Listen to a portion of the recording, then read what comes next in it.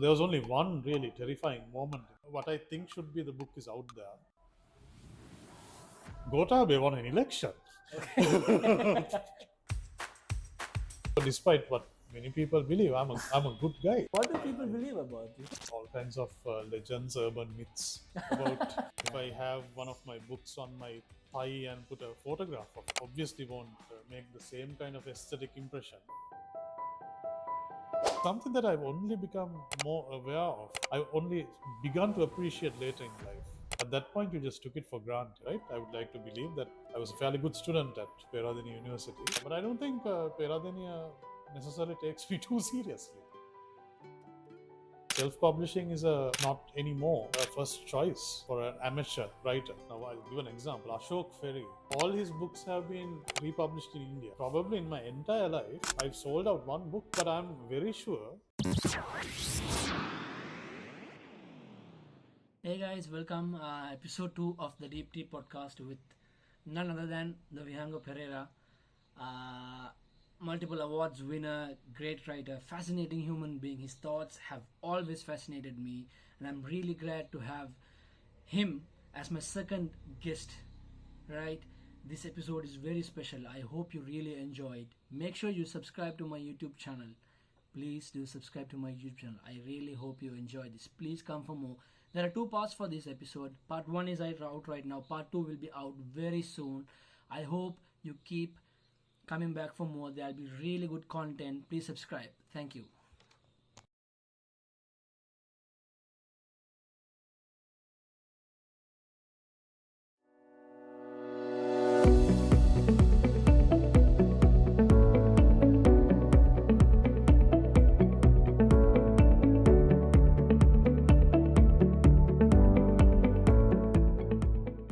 So, Mr. Perera, Vihanga Perera, welcome to my podcast. Stalha, it's a pleasure. Yeah. The Deep Tea podcast, episode 2. All right. Sounds good. It feels really great to have you as my second guest. So you always call me Alhar by my father's name, my surname, right? And because of that, I also feel a bit uncomfortable or a bit not uncomfortable. I feel like I also have to call you by your second name, Mr. Pereira, Dr. Pereira, Dr. Pereira actually. Mr. Pereira would do this. Does it come from school? Well, not really. It's a nice name to begin with. Alha. Okay. Right? Not to say that Hammam is less impressive, but it's a nice name. It sounds nice when you verbalize it. Really? Right? And to be very honest, probably you're the only Alha that I know in my circles. Okay. So it's unique in that way also. Come to think of it, I think schools were very high on surnames, Yeah. wasn't it? Yeah. But I think it's an aesthetic choice, really. Is it? I would like to think of it that way. I will convey this to my father. Thank you. Right. The last time I met you, right? I met you in Kandos, which actually you actually talk highly of. Yeah, Kandos. pretty much, yes. Whereas I was kind of used to it, and I'm not a fan of it, or I don't have a high regard for it. But right, when it rained and I think you were about to go on a walk towards The Navayalatana side. Navayalatana side and all that. You come off as a person like who likes nature or long walks. Mm-hmm. Does it come from your childhood? Have you done that, or did you do that just to study the landscape for your next book? Not really. I mean, I've always had a propensity to kind of take it on the stride, take my own path, to get away from things as much as possible. Okay. So I've been known for wandering, for loafing, cutting classes and things. Right. So probably Since comes from cutting classes. Yeah, probably You comes from a pretty much, yeah. don't come as of a These are the unrecorded side of things. okay. Right? Literature writing. You look like a student who would listen to the teacher. Listen to the teacher is one thing, but absorbing the teacher is another thing, right? So probably it's a kind of a bit of both, because something you learn as you go along is You have to be careful Okay. taking teachers seriously, right? Beyond a point. Why do you say that? Uh, I think like something I've told my students also time and time again. Um, there's a danger with authority, especially if you take that authority beyond a point. If you make the authority the kind of um, the goal Okay. that you follow, you use track of where you want to go and how life has to be perceived from where you are. So I think it's very important to probably distinguish the teacher from the teaching, as it were, right? And something I tell people is, especially academics, especially teachers, they can come the next day and say whatever. But if you have to actually absorb something that is told to you beyond a certain point, your life is going to irrevocably change and go in one direction. That's something I've. Has it happened to you? So, as I said, from a young age, I've tried to manage that fine line of Okay. following and not following, right? Holding myself back, detracting, if I may use that word. Probably it has happened. Inadvertently, probably it has happened. But I've been very cautious of that line Okay. and sometimes been penalized for it as well, right? Okay. Coming from a lecturer as well, you lecture too, yes? Yeah, I mean, people have many lives, you live Hmm. many lives. No, no, I'm not talking about that in a. See, I understand what you're saying because it makes sense. Guidance, right? You take something good. I mean, you don't. What you're trying to say is you don't idolize. Yeah, authority is that. Authority is the unquestioned word, right? The kind of word that makes you follow, the word you internalize and take as Bible truth or Quranic truth, right? Right. So I think you have to have a kind of a, let's say, a moat in between, Mm-hmm. right? A space with water, like Okay. what happened in ancient fortresses, and you have to build your fort from there. See, talking about childhood, right? Writing. How how did it how did it get to you? I mean, I understand that reading plays a major part, Mm, which I mean it has to because you first absorb writing. mm. Yes, you first absorb content, books, Perhaps, stories. perhaps, yeah. Okay. Do you beg to differ? How see what I want to know is from where did it start writing? So, do we discount the book everyone writes at age 5, or do we start there when you say What do you think? there's the book everyone writes at 5, right? Yeah. And then there's a major gap, and Okay. then you pick it up later. So, probably, You wrote a book at 5? no, like things kids write, right? Right. Kids. So, probably I've done a bit of scribbling, writing of that nature when I was a Okay. kid, right? But then, compared to most people I meet, most people I move with, I think I started writing a little bit later in life. So, I mean, writing that You started at how old? probably late teens, Mm-hmm. probably late teens in a way that constitutes what we understand as writing in this conversation. Okay, Yeah, yeah. so probably late teens. The kind of poetry, the kind of thing that makes you blush when you go back to it now, right? And then I think it went on for a while in private notebooks, which you actually dress up in a nice cover and everything, right? So I had about, I remember, 60 odd volumes of poetry written by hand. This is a pre uh, IT era I'm talking about, Yes. where you write everything down. Yeah. There were some volumes where you had multiple copies made, right? It's that kind of thing. So late teens. And then I think a milestone was my advanced level years. Mm-hmm. So when I was 18, 19, that was a time where I consciously felt that there was a shift happening in me in terms of my writing. Okay. So earlier you drew a connection between writing and reading. Right. Probably that comes into play because I think advanced level, it kind of exposed me to a different brand of writing in terms of the subject matter I studied, because I did literature for my A levels, and through that I kind of borrowed a pathway into a different realm of writing. So probably spending time with that kind of work for 2 years had a brushing off effect on me Okay. as a writer. I think that's the real kind of takeoff point for me, the Okay. advanced level. Then, once again, like it happens to many people, you enter university and you go into a creative lull, right? Okay. But Creative then, love. my first collection of short stories came when I was 22. Okay. Stuff that I wrote when I was largely when I was 21. That also came out of nowhere. So probably a few months before, I had no idea. Okay. Like you, probably not having an idea you're gonna be a podcast person a few months ago. Same thing a few months before, no idea whatsoever. Because growing up, the one thing I really wanted to do in life was be a filmmaker, documentary Interesting. type filmmaker. Okay. When I was in university, first year and a half, that was still the only thing that was alive in my head.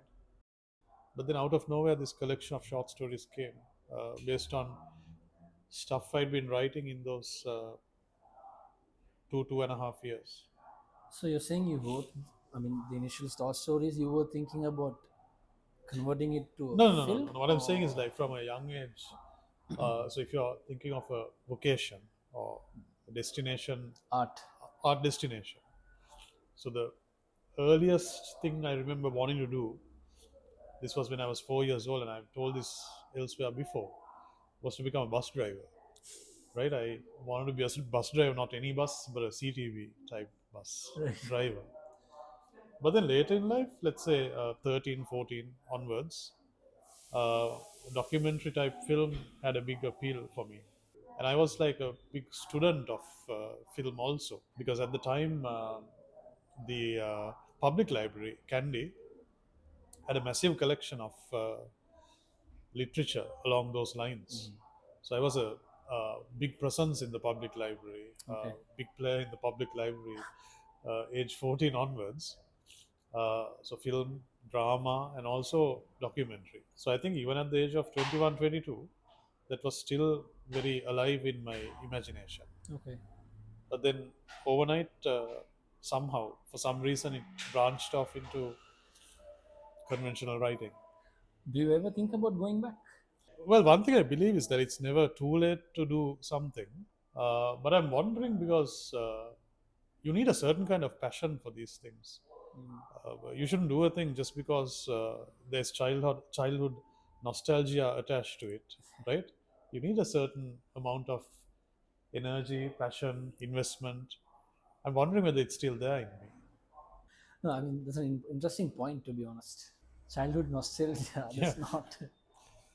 Is there anything that you remember, you can recall that you watched that actually made you like, you know what, I want to make something like this, or what intrigued you, what interested you about filmmaking? Like, what is the primary, you know, point? So there are two answers I can give for this. One is, I would like to take you back to that initial point I made about authority, Mm-hmm. teacher teaching, right? So one thing I try to maintain, probably uh, a little too cautiously, a little too cautiously, I try to maintain not to get too influenced by things happening around me. Okay. Right? Inspiration is one thing, Yeah. influence is another. So even when you deal in film, even when you deal in theater, I try to kind of always detach myself from getting too swayed by things I watch, things I encounter, Okay. right? And I think a lifetime of that has made me a master of it by now, right?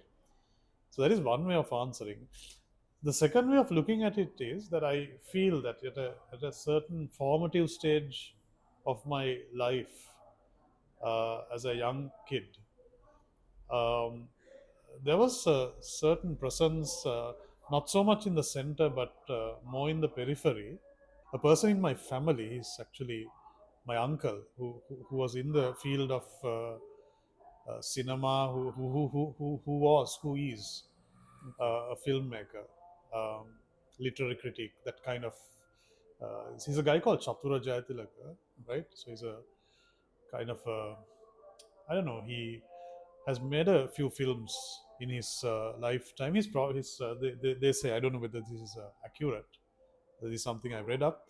Probably it's off the mark. That he's the first Sri Lankan guy to make a telefilm, Okay. right? Not a film in between, telefilm, right? Somewhere in the 90s. So this guy was like heavily in the arts. He was a fairly well-known literary critic in the 80s. He's got his own style. He's a largely ununderstood artist, right? Ununderstood artist, right? Okay. He's in the same league as people like Ashoka Handagama, Sudat Mahadevulava. So I think um, probably to some degree, this guy's presence in the periphery, in the same way cactus that is kept in a room has an impact on your life, right? Had something to do with the formation of the artist in me. Some unquantifiable, ungageable, unframeable influence. Have you Right? tried working with him? Have you? No, I think we are like for all ends, we are on two different pathways. But there's one place where he directly affected my own trajectory as a Okay. writer. There's one place where he had a direct impact. So this happened very early in my career as a writer.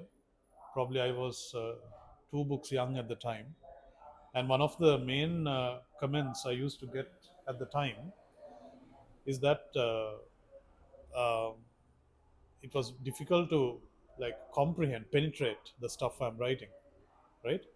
So again, ununderstood, right? Coming from a Understood. family of Yeah, I know. Runs in the family. understood.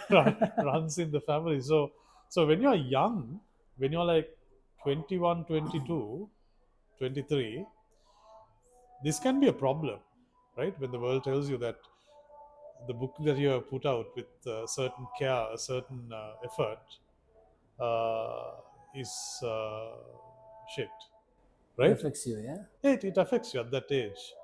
So the first book is not a problem because when you write the first book, you're not conscious of an audience. First book is easy. Second book onwards, it's a little bit difficult. So it had come to a point. Probably this is so. So to give you more context, probably I'm talking Yes. 2009. Probably I'm talking 2009. So I'm like 23 at the Okay. time, 24 at the time. So I actually was at a point where I was thinking whether I should actually kind of reorient myself, refine my delivery, change the way I, write. So you published your first book in 2006. 2006. Yeah, so 2009 this you is are like 3 years later, right? okay. 2009 you're thinking about Changing my style, changing my delivery to make revamp. it more uh, reader savvy, right? Okay. To pitch it down to the reader, People friendly. people friendly, right? Uh, Not to bowl beamers, Uh-huh. but to kind of keep it line and length, Okay. right? Okay. Then I happened to very randomly have a conversation with this guy. We don't meet often either, though we are family. We meet occasionally. Mhm. So I was having this conversation with him, and he told me that I shouldn't do it. He said that it is wrong if I do it, that I should deliver true to my impulse, that I had to deliver at my level, and that in the same way that a creator has an obligation to create, the receiver or the audience or the reader also has an obligation to step up, right? So I think that was a very, I would say, crucial encounter Okay. with this guy. Yeah, Chatura Jayatilaka. Chatura. Yeah. Has it been the same? Did you take his advice? Yeah, sure, sure. Sure. I mean, like my delivery would have adjusted itself naturally over time. Okay. So when you are like writing 15, 16, 17 years, Okay. there are natural adjustments that happen over time Mm-hmm. with other things in life, aging, for example, right? How you read the audience, how you read yourself, right? These things adjust your delivery, but not a. It's never been a conscious adjustment. Mm-hmm. Even to this day, I write with the primary audience being myself. The primary purpose of my writing being to put out some kind of porcupine that is itching to come out. Okay. Yeah. Interesting. Yeah. So you're writing for yourself. Primary, I mean, I'm not saying for myself, but the primary audience is myself. So if it's going to make sense to some person, that person has to be me. uh, Okay. the others, it's a secondary concern. Okay. Yeah. How did it feel when you held your first book? uh, Were you really serious at that time, or you were like, you know what, just publish it? I think that book, Self-publishing, yes. yeah, that book had to come out at that time for some reason. There was this energy building up, and I've been writing it for a while. I think probably for a book of that length, it was 200 pages or so. Okay. For a book of that length, probably the writing came quickly, but the material had been collecting for a while, right? Mm. So I think the writing probably took a little less than a year, but the material had been collecting. Mm-hmm. And as I said, it was like I don't know, you are taking a walk and you find a stream and you take a dip in the stream. Okay. You're not thinking too much about it. Uh-huh. You're just following an instinct, all right? A kind of something that has been nascent in you that has suddenly come alive, and you're simply following through. At the time, that was it. So when you say, what did you feel when you hold your first book? Probably I didn't feel euphoric as such, because, as I said, I'm very good at Distancing speaking yourself. myself down, right? Keeping myself, like, talking myself back. I'm pretty good at it. Uh, but it was a good feeling, and also I think that book, for some reason, it kind of got shortlisted for the Gratian Prize. It was a Okay. fairly memorable This debut, book. looking back, and there were a lot of people excited about it. Mhm. That the people who were around me at the time, doing other things in life. So I think for them it was excitement because uh, one of their uh, Mhm. crowd has written a book, right? Okay. I remember at the time I was also uh, moving with some folks who were a little bit younger to me, right? Couple of years younger to me, Mhm. who were still schoolboys at the time. So they actually insisted I have a kind of a pseudo launch at school itself that I had Uh-huh. just left a few years ago. So most of them were actually my brother's contemporaries who were friends with me. I remember the enthusiasm. A couple of them actually even like this. They recorded that Okay. launch we had in with totally different equipment back then, right? So this is like a pre-digital Okay. era, right? Pre-digital So era. you have this huge cameras in a small room, and they're like panning them around. It was a, and they produced a film out of it, right? Okay. A DVD type film out of Is it it. out there for us to watch? But probably it's somewhere in a locker somewhere, right? But I do But want to watch it. yeah, probably if I can get hold of it, I'll share it with you. But look, my point is, so okay, you put the book out, but how other people become a part of that moment? People who are just around you, and until that moment, you actually don't realize these people are watching you. They're actually part of your writing experience in a different way, right? And how they share, how they pitch in to share the enthusiasm. It's something that I've only become more aware of, and I only begun to appreciate later in life. Mm-hmm. At that point, you just took it for granted. Are they still with you? Um, we've moved on in life. Like we've kind of gone our own ways. Most Okay. of them are probably in either Europe or America right now, and these were like people who probably haven't done anything creative with me anyway, Mhm. like With you. writing per se, right? Not people whom I worked with in a strictly technically a creative sense, they're in better places. That's what you're getting at. They're much better places. Do you ever go back and read those books? What does it tell you? There's a um, different phase in development, right? So it's got its merits. There are certain things that stand out, certain things I can appreciate, uh, but there is only more a sentimental value of some of the early stuff now to me, because in my writing, what I want my writing to be, where it is going, I'm in a totally uh, different place altogether. So I think if I like, as an academic, look back on my own work, I try to break it into three parts, three moments. So Okay. so like 2006 to 2010, 11. That is probably one phase. Hmm. Then there's a middle phase from about 2011 to 2016, 17, and from then onwards, it's a thing you can't always qualify. It's something you feel internally. It's mostly to do with what you want your writing to be, what you want to do with your writing, Okay. right? So I think I'm quite in a different place, but occasionally, due to various reasons now, for example, if you or someone happens to make a reference to one of my earlier works, Right. that's like a trigger for me to go and take a look at it again, Okay. right? So, for example, my last novel got shortlisted for the Creation Prize, right? Students and Rebels. So it was a kind of a one of those masturbatory moments for you to go and probably read some of it, right? But very often it is the case that once I'm done with a work, I keep it aside. When I was younger, there was also this thing which I have fortunately gotten rid of by now. It's not there now.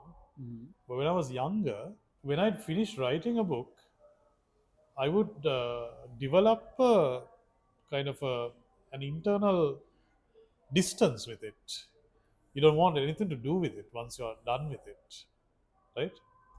So, for Okay. example, my first few works, all right, I've done very little to even promote this stuff.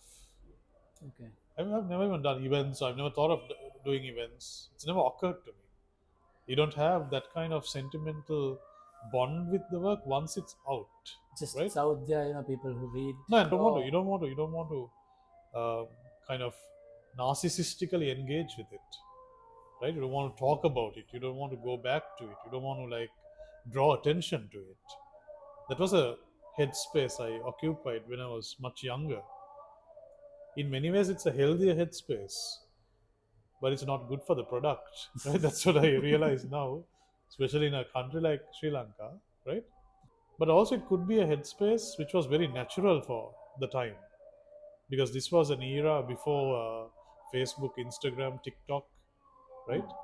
So the self was not very much in the center where creative work was concerned. Maybe, I don't know, right? okay. I'm looking on hindsight, and hindsight is not the best way to look at things, right?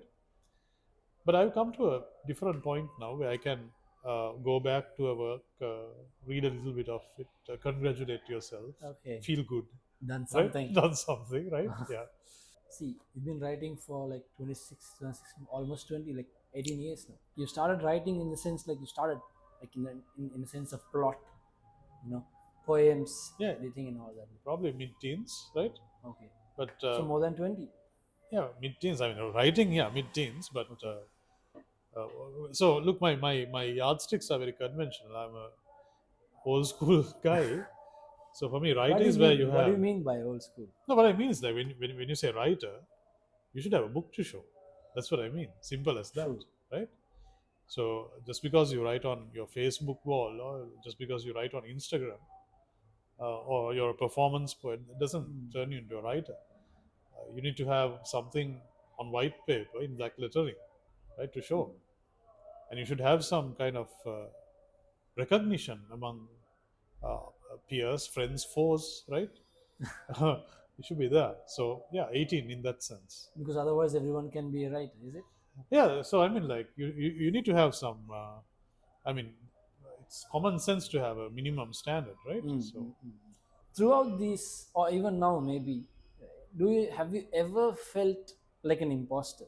The imposter syndrome I'm talking about. in terms of writing, Yes. Have you ever felt like, you know what? Maybe I shouldn't be doing this. never, Never. not for a moment. But in my life, the more I've gone among writing people, I've met a vast number of people who ideally should have imposter syndrome, but don't. Should have. Should have imposter syndrome, but don't. But I've never had it. I've been very comfortable. I felt I'm a genius in writing Okay. in so many different ways. Can you recall any moment or a phrase or a plot point or a poem that you wrote or something that came and you felt like Imposter syndrome. that you felt like you're a genius? You shouldn't like attach too much importance to that line, right? No. It's a, But no, I do want to know because see, not everyone. no, there are moments. There are moments of there are moments that you actually surprise yourself Yes. by what you write. You don't know where it came from, but it's there, right? There are certain things that come out of your head without where not too much thinking is involved, right? And it comes out right sometimes. So for meaning, very often you have to struggle for meaning. You have to like play around to get it right. But there are moments where it gets delivered. I don't carry quotations in my head, but there have been moments like that. Nothing comes to your mind on top of your head. Nothing comes to my mind. I would say there are a couple of books that is pure genius Okay. in my estimate. So, Delight. Bodies in Art, a book I wrote 3 years ago, right? Bodies in Art. I think that was fairly, at least in my reading experience, in the Sri Lankan setup, it's a fairly unique kind of framework I'm using for that book. It reads as biography, but within that biography, there's also fiction, there's also fantasy. You also talk about other people. Yes. It's about other people, basically. There are 158 people in it, in that small black book, right? Exclusively artists. Okay. People who've been working around me, people I've been working with, people I've been seeing on the news, whose biography I have access to, right? And it's a kind of an evolutionary narrative over probably 15 years in time, right? It's split side, part set in Kandy, part set in Colombo, and there's third part set in the high school space in a country like Sri Lanka, right? The most important thing is I absolutely loved working on it. It was such a pleasure working on it, going through drafts, reading what I have written, right? Changing things.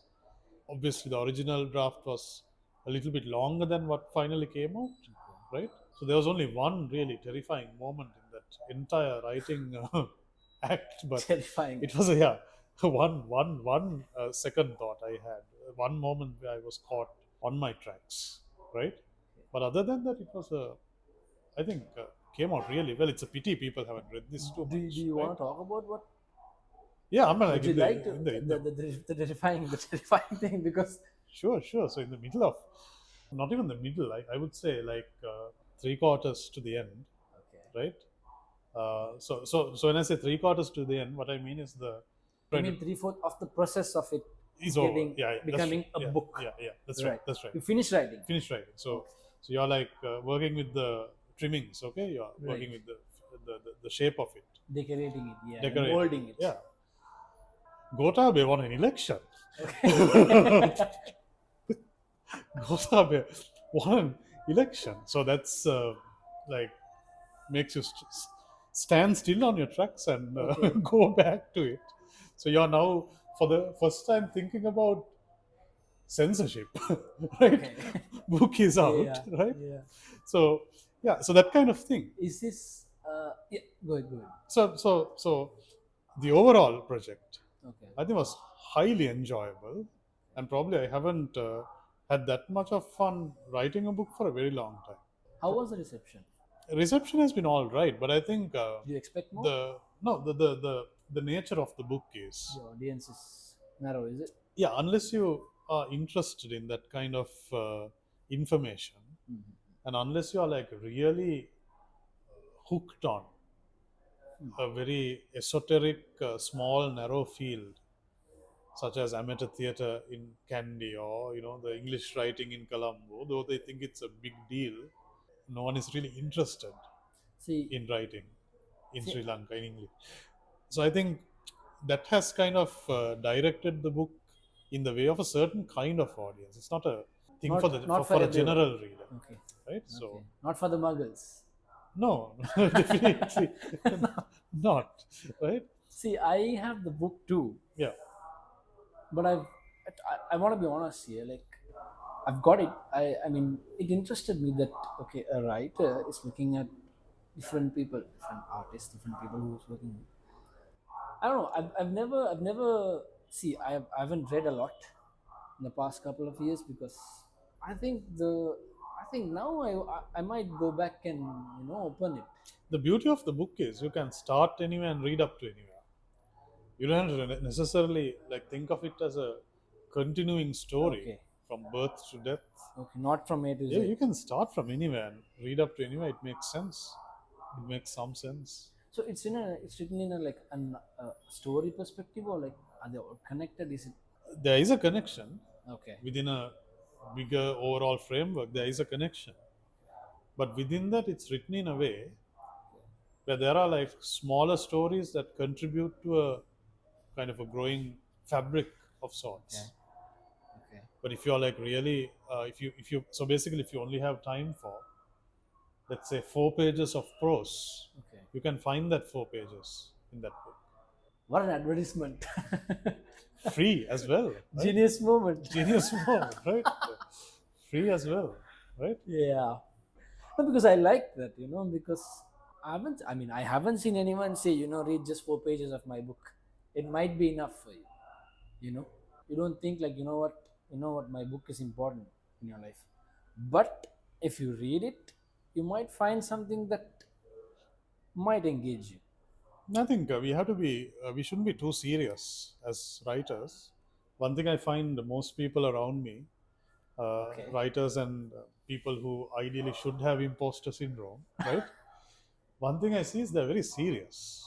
They're too serious about themselves. Uh, for me, you shouldn't be serious. You have to keep things simple. You have to not lose track of the fact that at the end of the day, this is just play. It's only play. We are playing with words, with ideas, with people, with other people's insecurities, with yourself. Just for amusement. Amusement could be one part of it, right? But you shouldn't take yourself too seriously, Okay. right? Because we're all here for a short You moment. take the universe and you take yourself. Where are you? Who are you? Right. Writer in Sri Lanka. Right? Just Sri, right. Sri Lanka. Sri Lanka. 65,610 square kilometers. You're a writer, right? I'm the universe. And the universe. I mean, universe. Universe. You capital, right? Let's come back to publishing, right? Like I said, like you are mostly self-published. Pretty much. Okay. Was it a choice, or was it forced upon you? You had no other choice. So I think three of my books have been, four of my books have been published by standard, regular publishing firms. Saraswati right? published Students and Rebels. Godage. Good. Yes, Godage published Students and Rebels and three other books. But on the main, I have been self-published.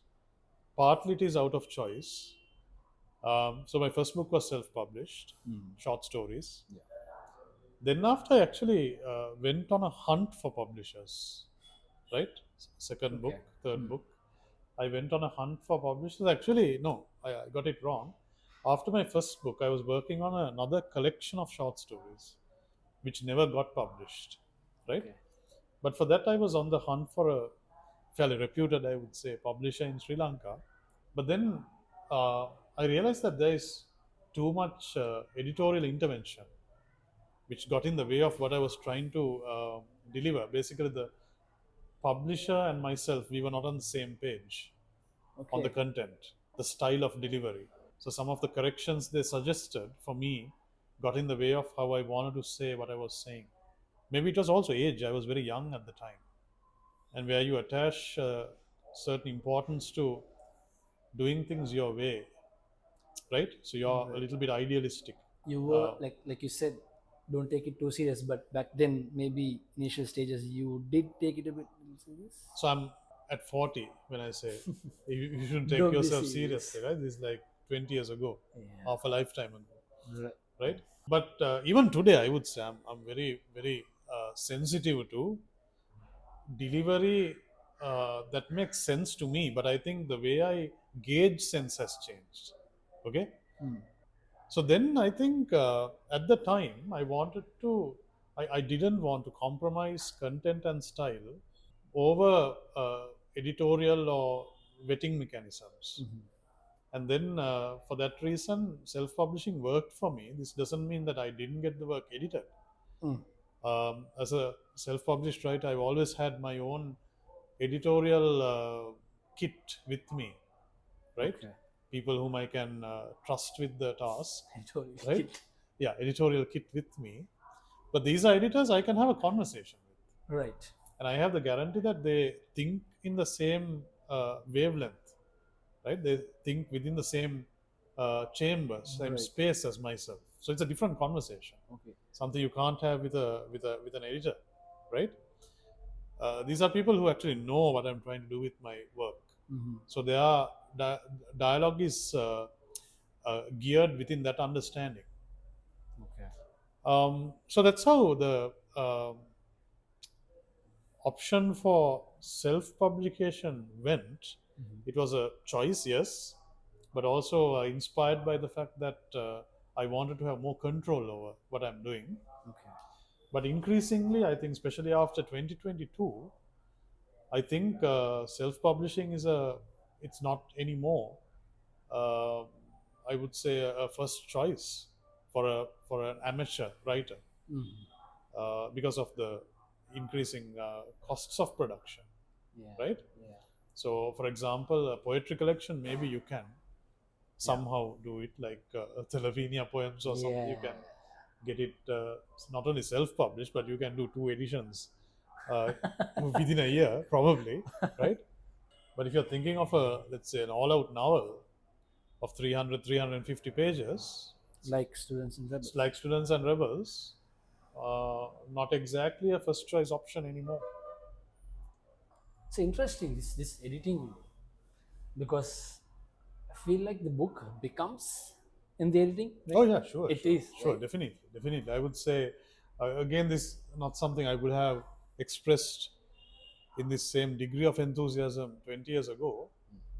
But today I come to believe that editing is actually more than the writing itself. Okay. I think, well, first I get the writing done, Of course. and then editing happens at two levels as a writer for me personally. So every time you write, every time you open a work in progress in MS Word or whatever, Mm-hmm. you already make it an opportunity to edit as you write. Yeah. So what you written 2 days ago or a week before, every time you open the document and you continue with the writing, you also uh, seamlessly, without thinking about it too much, you try to do some edits. Every time you open a document, you change something. Once the manuscript is done, right, as a writer you do a round of editing. Mm-hmm. Sharpening the edges. Yeah, and also like editing is also the placement of things, how you want things to be, right?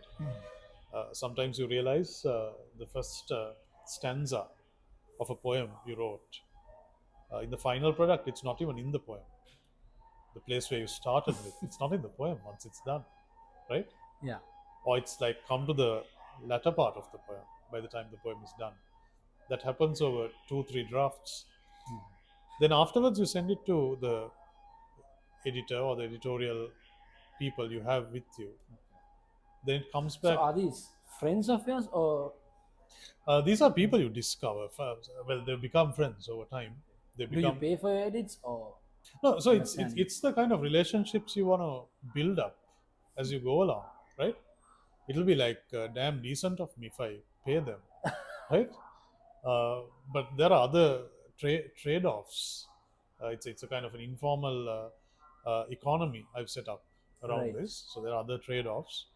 Uh, there is a kind of a very loose cooperative style writer reading space that I contribute to, that I help to manage. Right. We are, a group of writers, very exclusive. Um, we don't necessarily like communicate this through mass advertising, but we kind of look after each other, be a part of each other's work, right? Share, comment, give a hand where it's necessary, That's nice, right? isn't it? Like, Financially support one another, right? Though this is something I don't want to talk about, right? okay. I think I have taken a cue from some of the great writers who have probably helped me in my formative stages, and I do my bit to encourage and support writers with whom I can have a conversation. Pass it forward, you mean? No, I mean take a cue from good things happening, right? Good things happening. Writers who actually um, show that rare spark of goodness, which apparently is not there in writers, right? Okay. Apparently, writers are very self-centered people who are only kind of focused on their game, right? So I think I have taken a cue. Do you Uh, want to name these great writers? You mean? no, I mean they don't necessarily expect me to Okay. name Well. them, right? I used to openly talk about these things, but Okay. probably they feel a bit awkward also Okay. because they do it purely out of the goodness of their hearts, Okay. It comes right? from a place of humbleness. Or their belief in good literature, or their belief that a certain writer should be publishing. I know publishers like that Right. who run not for profit, Right. but because they want the literature out, right? I Right. know people like that. So there are like networks you build, and you draw support where support is forthcoming Right. in your ventures. You get support and then support. You just It seems like the right thing to do, balance people right? off, Right is thing it? to do. So despite what many people believe, I'm a good guy. Despite what many people believe, What do people believe about you? no, people have all kinds of legends, urban myths about who I am, what I do, right? But there are so Urban, many things. urban myths and Yeah, legends. but there are so many things you do as a course of living, right? Which you don't necessarily talk about, which you don't want others to talk about, right? So even if it is The other side. no, even if it is a podcast like centered on me, Yeah. there are certain things I wouldn't talk about, account for. Okay, so what was the book which was shortlisted with Andrew Fiddle's Upon a Sleeveless Style? 2019, that was uh, a manuscript, poetry manuscript. Unpublished. Yeah, unpublished. Which Some seen of the some daylight? some of them, maybe 3 or 4 of them, have come into what I published in 2022. Epistles, elegies, imitations, universally called Which Yellow actually Book, won the State Literary Award. which won the state literary award. It was longlisted for the Gratian Gratian. Prize, won the state literary award. So some poems in a later reincarnation have come to that Yellow Book, but I think the bulk is still there. You won the Gratian in 2014 for Love and Protest, right? Shortlisted in 2006, 2008, 2019, 23, shortlisted. Longlisted in 2022, and you also won State Literary Award for in 2015 and 2023. 2015 for Love and Protest. Love and Protest again. Yeah. Like 2023, right? For Students episode. and Rebels. You mean the State Literary. state literary Yeah, award? yeah. That is again poetry. Yeah. So all this followed by at an event where you say you address the audience and say, my books are right behind you. For fuck's sake, Yeah, please buy it. yeah. See now, see it was funny at that time. Everyone had a laugh, but see, where does that come from? Like, right? What does success as a writer mean to you? Primarily comes from how things can be dressed up, right? How things can be dressed up. Sometimes things like prize events or prizes, they distract you, and there's no guarantee that what wins a prize is exactly great literature, right? I think we don't have to go too far on this discussion. There's a massive controversy over the Booker Prize from time immemorial, Okay. right? Internationally, the Booker Prize. There's this big question whether it's a certain type of literature that qualifies to win that prize. There are similar questions asked about locally given prizes also, right? So my point is, I mean, do you want to elaborate on it? You no, can if you want to. I don't. So Okay. my point is that things like events, things like feathers you give people to put on the cap, prices, they can be distracting in a certain way. They can sometimes even generate false impressions, right? Okay. So one thing I've noted is in Sri Lanka, people like to be at events. People like to claim some kind of knowledge, claim some kind of connection with a writer or a person who is in the limelight. So when Okay. Shehan Karunatilaka, for example, won the Booker Prize, so many people appearing on my Facebook feed without even reading the book. Yeah. They tried to establish some connection with Shehan Karunatilaka. Okay. So you found I people met him. I know him. I in saw him. Montessori, He's my right? friend's Yeah, friend. friends, Montessori. Yeah. Yeah. No one had even read The Seven Moons of Mali Almeida at that point. Chats with the dead. Chats with the Dead, What we read. what we read, what later became 7 moods. Yeah. Mali Almeida, right? So one recent experiment is a couple of years ago. I was also part of helping to set up this event. We had a event featuring a particular Grecian shortlist Okay. in a fairly accessible Colombo setting. Mm-hmm.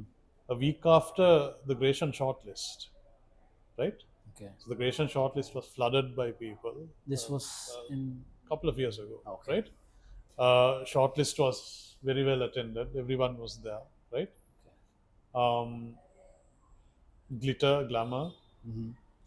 A week later, you have the same four people. The only difference is these four people are going to talk about their stuff in this second event.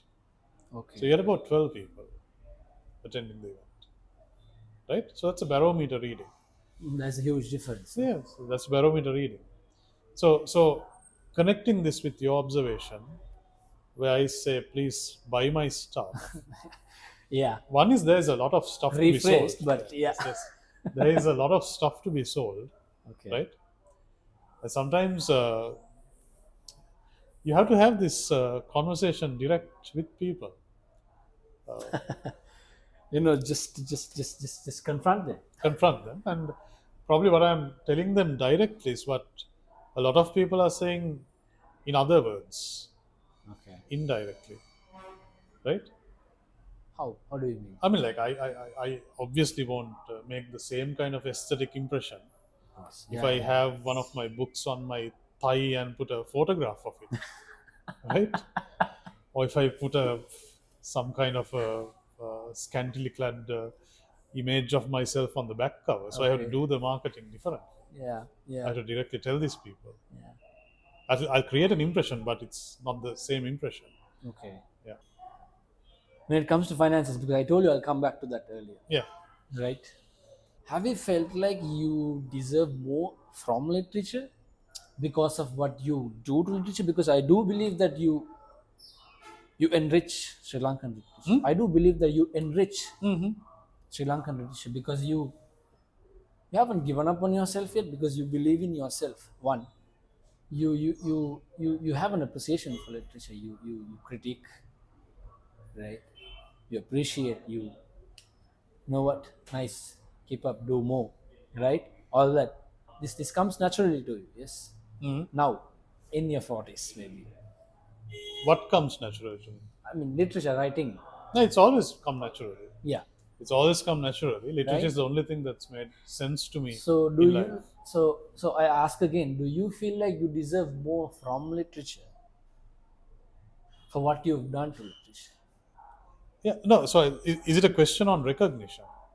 Yes. And finance, Yeah, yeah. So, look. because So, like so two things. Two things. So, two things. Um, I've never really written in order to get rich. okay, So, I mean, there are two kinds of writing for me. There's writing which is target driven, goal oriented, purposeful, agenda motivated, that okay, kind of writing. So, if someone writes Harry Potter, that's a different kind of writing, commercially, right? in, So, in a yeah, you're commercial trying to sense. meet a market, you're trying to occupy a market. That's one kind of writing. The kind of writing I do, the kind of writing I promote and propagate, it's a different kind of writing. It's more to do with expression. It's more to do with getting your thing out, right? Okay, So you don't really expect to get rich okay, or to court popular appeal with that kind of writing. Nor do I say that there hasn't been appreciation. Sometimes appreciation, recognition comes in a totally unexpected, unconventional way, and that has happened to me. So there are certain people, the right type of people, who have some kind of measurement of who I am and what I am doing. okay, But then, in the fashionable yardstick of measuring appreciation, recognition, I haven't made it. But that is for other reasons. There are other reasons that prevent it. I would like to believe it's not to do with my writing, but it's the kind of group formations you have, the the politics of connections the you make. craft, connections maybe. Okay, So now, for example, like some of my work seasonally, they get taught in certain subcontinental universities, right? Even I don't know until subcontinent. um, Indian subcontinent, Okay, right? Several countries, right? Some mainly poetry. okay, So on and off this happens. They find their way into their syllabuses, right? So how do I know this? Sometimes you get this set of emails once in a while from some student somewhere asking for explanation you're not in a position to give because you've forgotten the poem, you don't carry it in your head, right? right. And in any case, to give an explanation is contrary to the life of the work, right? For me to tell this is what I exactly mean. Okay, This happens not in Sri Lanka, not in Sri not Lanka. in Sri Lanka, right? Not in Sri Lanka. Now, for example, so I'm talking about recognition, okay? Right. So I'm talking about recognition. So I'm, for example, a product of Peradeniya University, right? I would like to believe that I was a Yeah. fairly good student at Peradeniya University, Okay. and I've kind of had a literary bent from a young age, Sorry. a literary bent, Okay. literary inclination Okay. from a young age. But I don't think Peradeniya necessarily takes me too seriously, right? Because their benchmark is different. So in Peradeniya, for you to arrive as a writer, you need to hit another zone. So that's how appreciation recognition works because uh, Right. even different schools of thought have different ways of accommodating you. Right. So uh, as opposed to some of those other universities I spoke of. So, politics No, connections it shouldn't bother you. That's what I'm saying. It shouldn't bother you. Whether you're a writer or a doctor, even whether you're a pickpocket, except in the terms of that trade, right? So basically, what I'm trying to say is the kind of writing I do, it's not hinged on that kind of You did not try to make a living off of it, or you did not. no, never. It'll be utterly stupid of me if I tried that in Sri Lanka. Yeah. Utterly stupid of me, unless you want to be a commercial writer, which is a different game. Okay. I've never tried to get myself published internationally. Okay. I've never. Now I'm actually thinking of it for the first time in my life, Okay. but all this time, and actually a couple of times I've had uh, probably some other writers in Sri Lanka had recommended my work, and there were people interested to have a dialogue Mm-hmm. leading to publication. But Okay. at that time in my life, my sights were different. My sights were different. What I wanted to do with my writing was different. Right? Right. I still believe to this very day, where I speak with you, I still believe my writing only makes sense here, Okay. and this is where it belongs. You don't want to, but you're thinking about it, yeah. Tentative, tentative. I'm not thinking in a big way. Tentative. What made you think about it? Now that I don't know. I haven't thought about what made me think, Okay. but the thought has been there. Uh, uh, Probably. Are you thinking India or UK? The No, bigger- I feel regional is what it makes sense still, right? Probably why I'm even tentatively thinking about this is there are too many people who should feel imposter syndrome getting it done. Maybe that's why I'm also now thinking Okay. along these lines. Yeah. Okay. Let me put it this way. Have you not given yourself enough chance to get out? See, I understand you said that No, you no, believe that no. you So I had initiations of dialogue which I've turned out, big publishers.